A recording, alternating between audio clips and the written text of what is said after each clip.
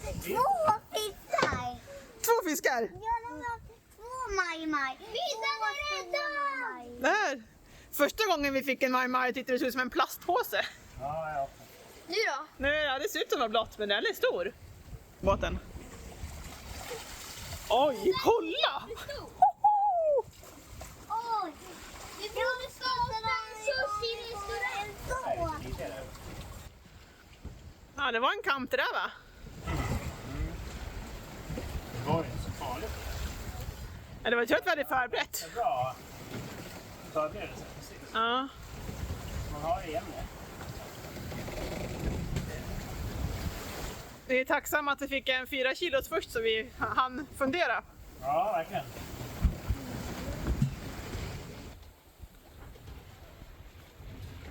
Är det en bra arbetsposition? Ganska helt okej faktiskt, tycker jag. Man får vara lite balans, men det är trevligt att ha fisken så här i schysst arbetshöjd. —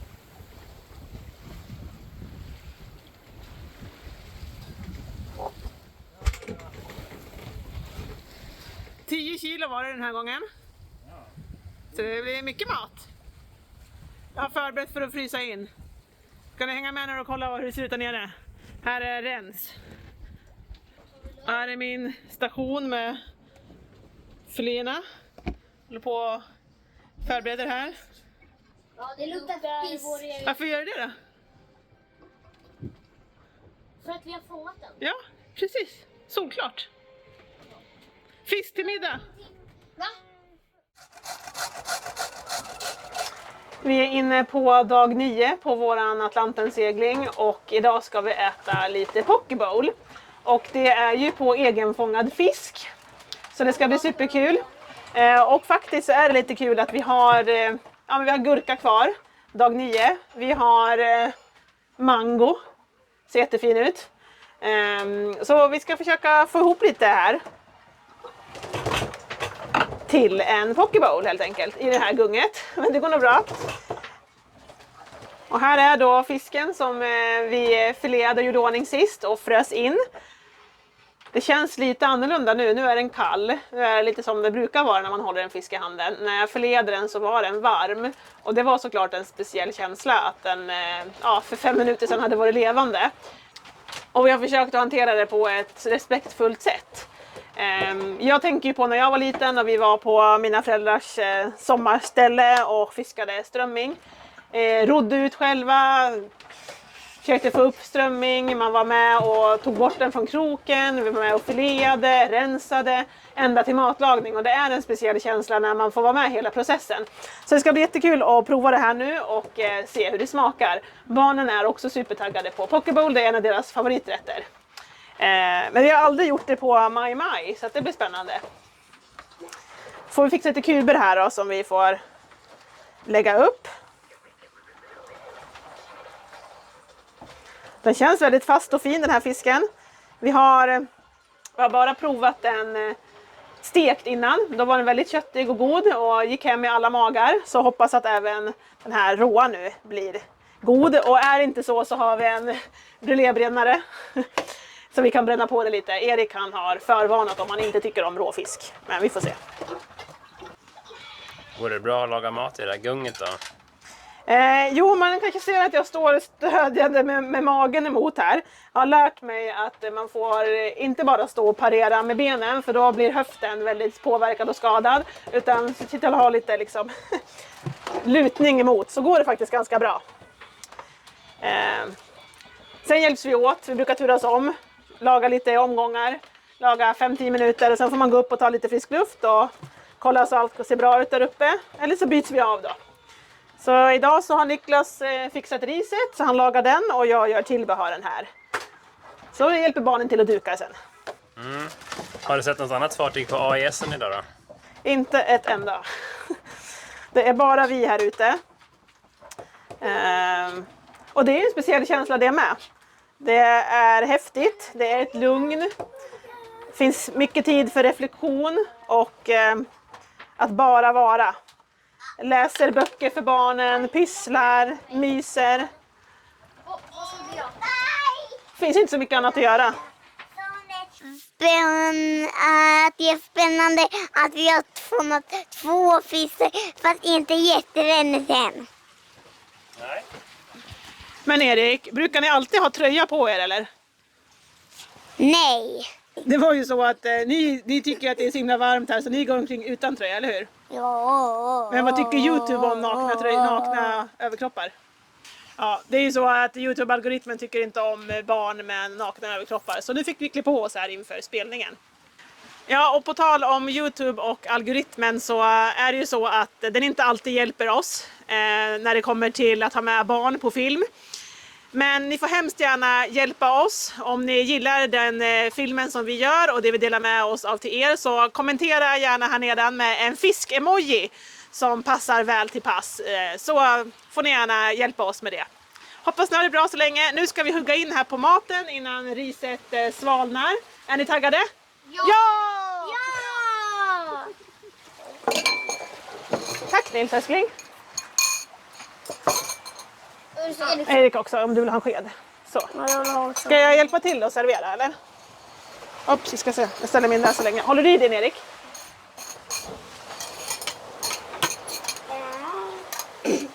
Där. Vill du ha allt eller?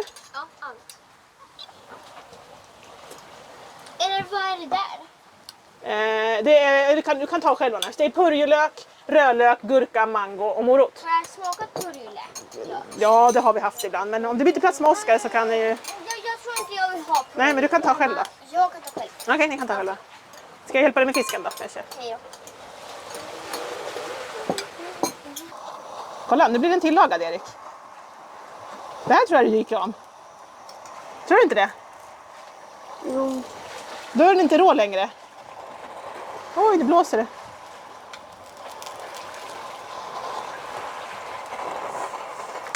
Så prova så. Smakar det extra gott då? Prova. Det här tror jag tycker är gott. Vi kan prova med lite soja och så på. Då gärna. Man vill ha morot och mango och grejer. Oops.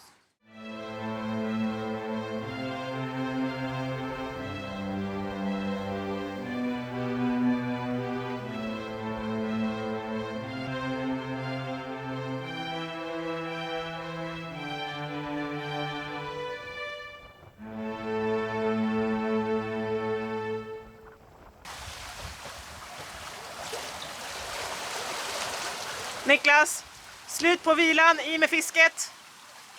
Mera fisk. Okej, Mera fisk. okej. Jag tar tag i det.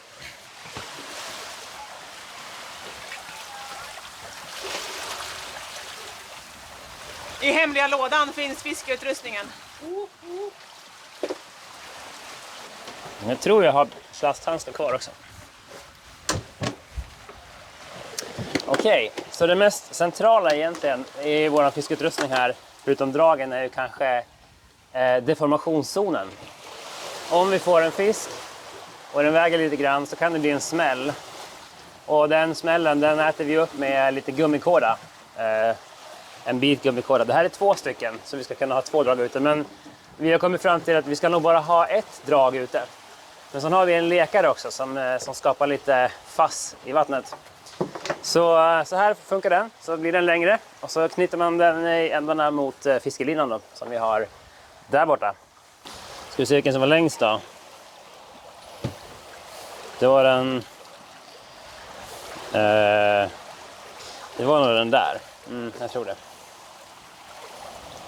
Du får märka upp dem, A och B. Jag tappade den. Och den sjunker ju så att det... Ja, men vi har ju en kvar. Får vi vara rädda om den då. Ja, det är som det. Ja. Ja, så vi har väl en 45-50 meter lina ungefär här då. Som vi tänkte använda till 2 delar. Ja, det är dels att dra vårt huvudsakliga bete då efter oss. Som är en bläckfisk har vi väl fått mest på då hittills. Med en rostfri krokmodell lite större. Och sen så kan man ha någon sån här Rapala-simmare som inte har någon krok på sig. Bara för att skapa lite mer vibrationer. För bläckfisken där är ganska timid, skulle jag väl säga. Speciellt i 6 knop som vi gör nu. Så då binder vi fast den här i andra änden och släpper den bara kanske 15 meter bakom båten eller någonting. Så får vi se vad som händer, men det har gått ganska bra hittills, så att, nu kör vi. Ja, då lär man först veckla ut linan så här, så att den inte trasslar när den ska löpa ut. Men gör man det lugnt och försiktigt så går det väl ganska bra. Och inte tappa den i vattnet. Ja, precis. Det var det lilla. Lugnt och försiktigt. Ja, så nu när vi har vecklat ut linan och själva tafsen eller vad man ska kalla det då, så har vi en svirvel med krok här. Det är väl en ganska viktig del för bläckfiskdragen. De snurrar runt lite grann. Så version 1.0 för oss, då var det fnurr på tråden kan man säga. Så den här drar jag egentligen bara fast med en pålstek. Jag drar ett varv extra runt bara så att det inte gnager så mycket. Så, där. Och sen en vanlig pålstek. Är väl någonting som ändå inte går upp sig i vattnet så är jättelätt. En del knopar är ganska känsliga när det kommer till halt saltvatten faktiskt. Så sådär då. Och sen är det egentligen bara att lämpa i betet, och ibland så tar vi av krokskyddet och ibland så tar vi inte av krokskyddet. Det har visat sig gå bättre när man tar av det. Allmän upphetsning kan leda till att man glömmer att ta av krokskyddet. Men vi rekommenderar verkligen att man tar av det faktiskt, för att det blir mer fisk då. Och sen så är det väl egentligen bara att låta den här lilla rackaren då leta sig iväg. Och så får man ju hålla i då, det här paketet. Det kan vara bra, om den skulle hugga på en gång så kan det vara bra att sätta en fot på den bara. Annars har vi 0 fiskelinor kvar. Om man vill få det här betet att komma ner en bit i vattnet så då brukar vi använda en tyngd. Och vi har valt en kul, lite sprattlande schackel så här. Som vi drar runt sådär bara. Du vill väl ha draget ungefär 0-5 meter under ytan? Ja, något sånt. Vi har ju Precis. provat utan tyngd och då fick vi faktiskt ingen fisk. Nej, exakt. Så det visar sig också vara att rekommendera att ha en vikt. Ja. Och så ut med den. Och så ska vi spara en bit av tråden då till att ha vårat fake-bete också, som inte har någon krok i sig. Här hänger vi ut i andra änden av den här. Någonstans där kanske. Nu då så kommer det till första steget här. Att vi drar en dubbelt halslag runt här i öglan. Och sen så släpper vi ut lite slack. Så att den här faktiskt kan sträcka ut sig då. Gummikådan. Om det skulle behövas. Och det hoppas vi verkligen att det gör. Så. Och sen så binder vi fast med en dubbel ögelända så att säga. En till halslag. I andra änden. Här.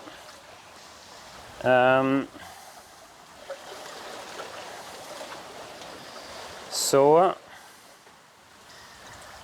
Och den här tunna linan, den ska väl stå pall för någonstans 150-200 kilo då. Det är väl en bra så att säga hållfasthetsklass då. Sen gör jag egentligen bara så att jag binder andra änden här nu. Jag vill att den ska vara fastspänd i den lilla tunna linan, inte i den här gummilinan, ifall det skulle hända något med öglan eller sådär. Så drar jag den bara runt här, runt pushpit-staget och gör ett nytt halslag, dubbelt halslag. Sen tar vi den här slackdelen då och fäster fast i en liten kättingbit. Det blir våran pingla. Så vi hör när vi får fisk. Och sen drar vi den pinglan genom någonting som är i metall. Sådär. Och så kan vi hänga den kanske lite längre upp då. Men... Så när det blir fisk då rappar den där ut så har man det. Så är tanken i alla fall. Men För det har funkat. Det har funkat ganska bra hittills. Så då hänger vi den där. Sen är det dags för bete nummer 2. Samma lina med andra änden. Samma lina. Hitta den här änden längst ner nu. Där. Ska vi ta lilla rappalan kanske då? Kan man ta den här gräver ju ner sig lite grann och den simmar fram och tillbaka så här. Det är ganska festligt. Så den är rätt aktiv, speciellt i de här hastigheterna. Så vi gör likadant, fast den här tar jag nog ingen svirvel på. Den blir lite kortare också till den här tråden, så om det blir något snurr så är det inte lika farligt.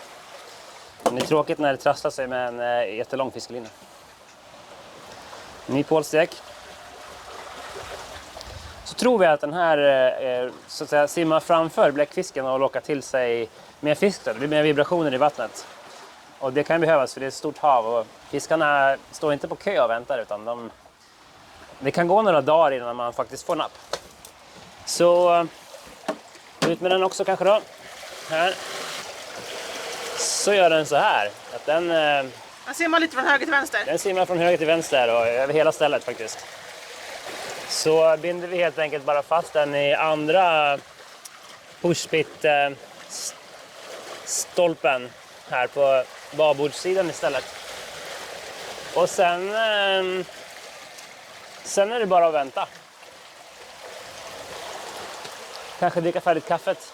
Ja, det står kvar här. Ja, och sen locka på fiskelådan.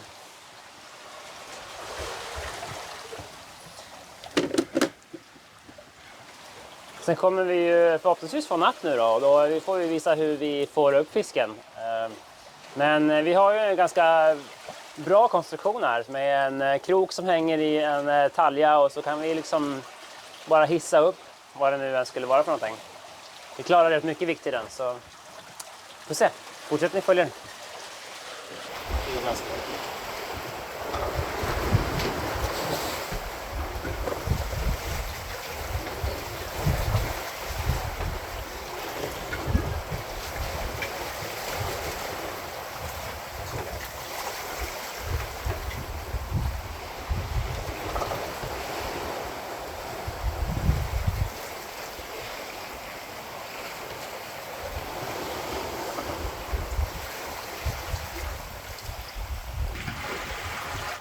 Ni får gärna kommentera, gilla och följa oss. Eller så gör ni som Sayonara här. De följer oss på riktigt. Hela vägen från Gibraltar har de hängt med oss här. Det är på att följa på riktigt. Sånt gillar vi.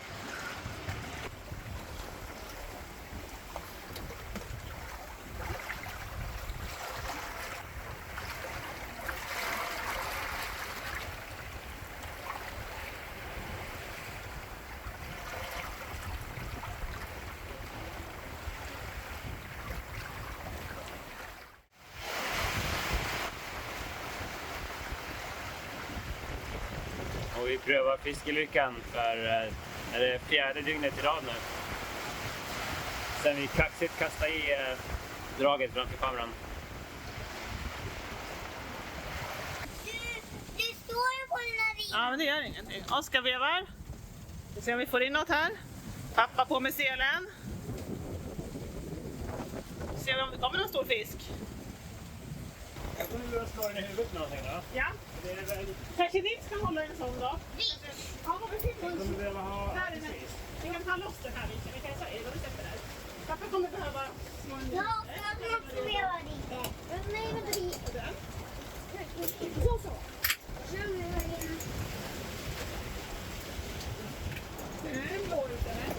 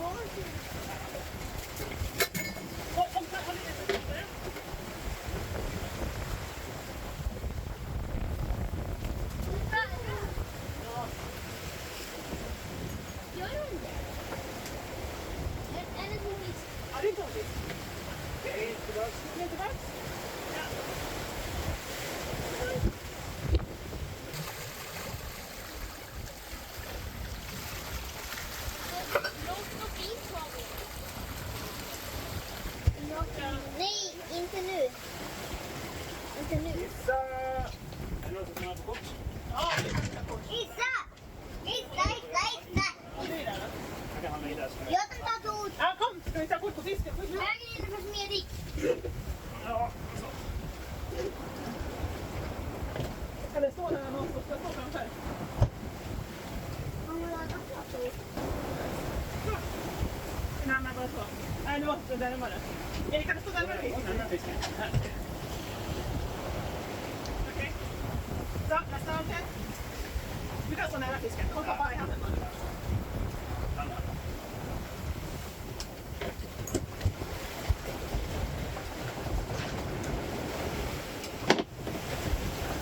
Det är en pinna på golvet. Varför har du läst på hur man dödar en... Ja, jag har läst på hur man gör med resten av fisken. 7 kilo, det är snyggt.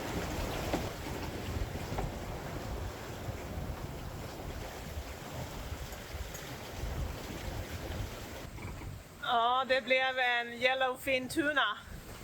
Det ser ut att vara en riktigt fin filé här. Ska jag gå ner och ta bort skinnet och göra ordning lite portionsbitar.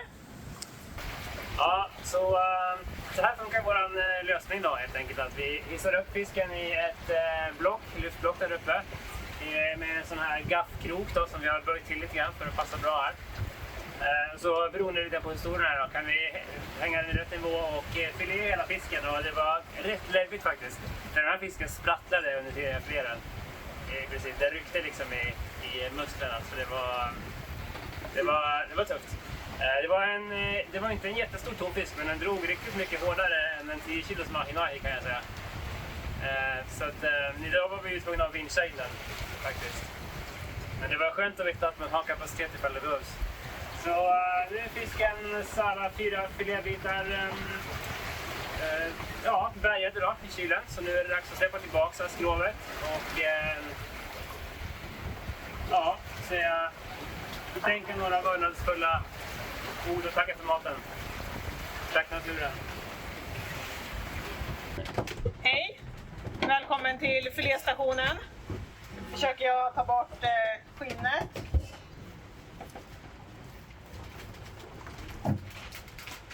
På de här rackarna. Tar också bort det här lite mörka. Så att det blir liksom såna här fina bitar. Och jag har nu 1, 2, 3, 4 sådana påsar. Så det blir lite mat. Jag tror vi får frysa in en del och smaka lite ikväll kanske. Tror du? Det låter väl rimligt. Ja. Mitt i allt gung. Mitt i allt gung, precis. Hon blir ganska stark i benen tror jag. Ja. Ja, vilken fisk. Ja, jättekul. Det är tonfisk. Yellowfin tuna. Den var häftig också, Precis. tycker jag. Den gula. Precis lagom storlek nu. Bra. Ja, men det här var väl okej att hantera. Dagens fångst i solnedgången. Ja, bra. Ska det vara lite lätt? Det var 10 kilo mahi-mahi till. Ja. det. Vad gott. Fast ni föredrog tonfisk va, eller hur var det? Man kan inte alltid få välja. Är det framåt?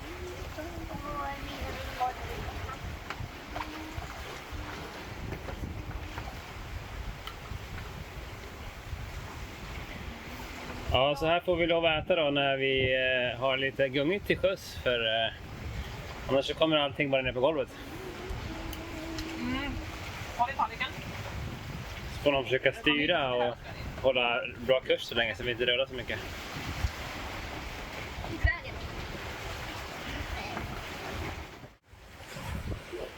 Ja, så du har ätit avnjutit en fisktallrik.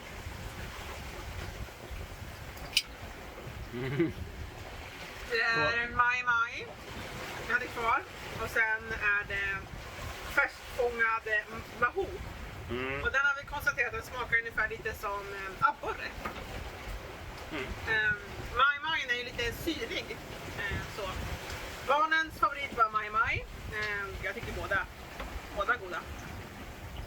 Barnen tycker om när vi gör det med potatismos och sås så här. Så att, det tyckte vi det idag. Ibland gör vi även med lite ris och mot det asiatiska hållet. Det tycker vi är gott också med lite variation, men inte alla barn tycker om det.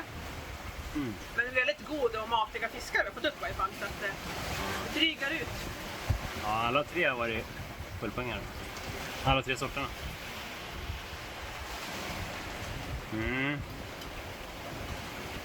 Så vi har mer fisk än potatisskal ombord. Ja, nu är potatisen snart slut. Vi äter alla på samma tallrik också.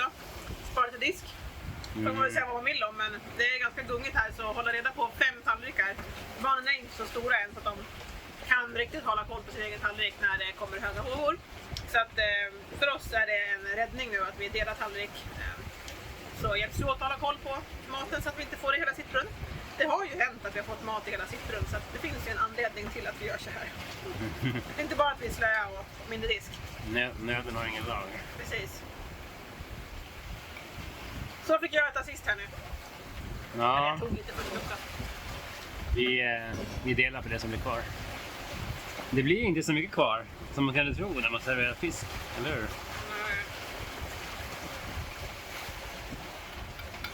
Men det här är ju inte fiskpinnar heller.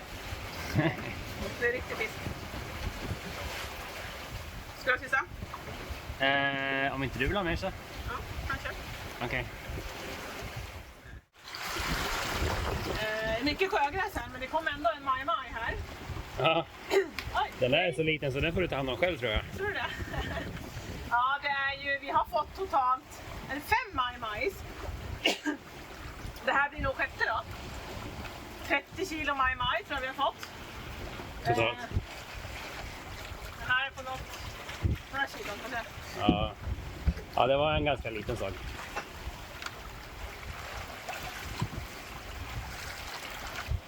Ja, vi bestämde oss för att kasta tillbaka den här fisken. Det gick bra, den hade bara satt sig i mungipan. Så att den får leva vidare i vattnet och bli lite större kanske tills nästa gång vi fångar den. Så att det är bara i med draget igen. Hoppas vi på att vi får mer fisk. Vi gick en kurs, jag och Niklas. En fiskekurs som har visat sig vara väldigt bra för oss. Vi lärde oss väldigt mycket. Så har man aldrig fiskat såna här stora fiskar förut från båt, så rekommenderar vi att man tar till sig lite information. Det som vi framförallt har lärt oss är ju hur man på ett schysst och snyggt sätt tar död på fisken. Hur man tänker på fisken hela tiden från att den nappar till tallrik helt enkelt. Och du har ju ingen aning om du får en som vi fick nu, några kilo, eller om du får faktiskt en 15 kilo eller 30 kilo. Vi har vänner som fick en 35 kilos tonfisk. Så att du behöver vara beredd på det värsta eller på det största. Och därför är det bra att ha tänkt igenom processen flera gånger. Vi har förfinat våran process från att vi fick första fisken och vi har haft lite trassel med liner och diverse grejer. Och nu känner vi att har vi provat några gånger och klarar av det här. Och vi har som sagt fått både mai, vi har fått wahoo och vi har fått tonfisk. Så 3 olika sorters fiskar på samma drag, alla på det här bläckfiskdraget. Vi har också blivit av med ett drag, det plingade till och sen så bara var det helt tyst. Så den bet av linan helt enkelt.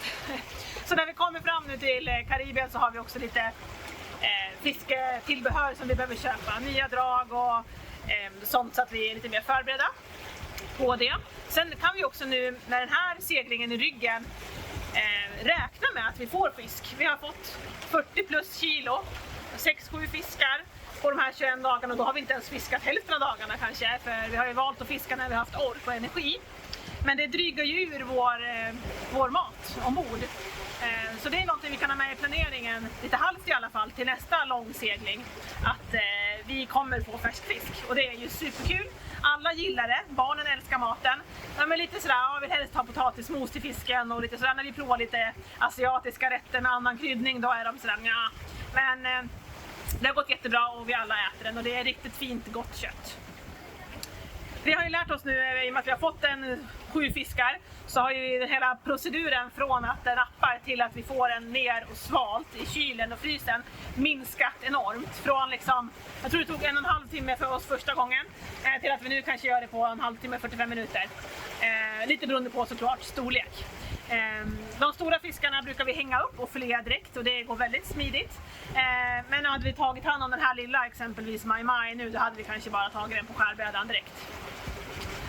Så vi har lärt oss lite dels hur man filear de olika fiskarna, för de ser ju olika ut.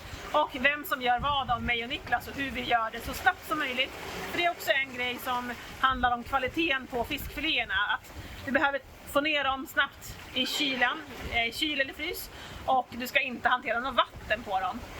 Måste du så får du ta saltvatten, men absolut inget färskvatten. Det försämrar kvaliteten enormt då. Så att, ja, vi har blivit många erfarenheter rikare med det här fisket på den här Atlantenöverfarten. Och vi börjar som sagt närma oss mål. Vi har bara 1 dygn kvar till Karibien. Får se om vi fiskar något mer. Nu slängde jag i, får se om vi får någon mer natt. Men annars så är vi ganska nöjda. Vi har fyllt upp frysen ordentligt här. Så att vi kan äta fisk även när vi kommer fram till Karibien. Så hoppas att ni vill följa med oss.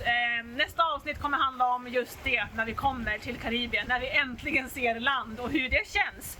Barnen kommer vara med. Vi ska intervjua dem lite med alla frågor och känslor kring det. Och hur den här seglingen helt enkelt har varit. Så följ jättegärna med. Vi uppskattar om ni skriver en kommentar.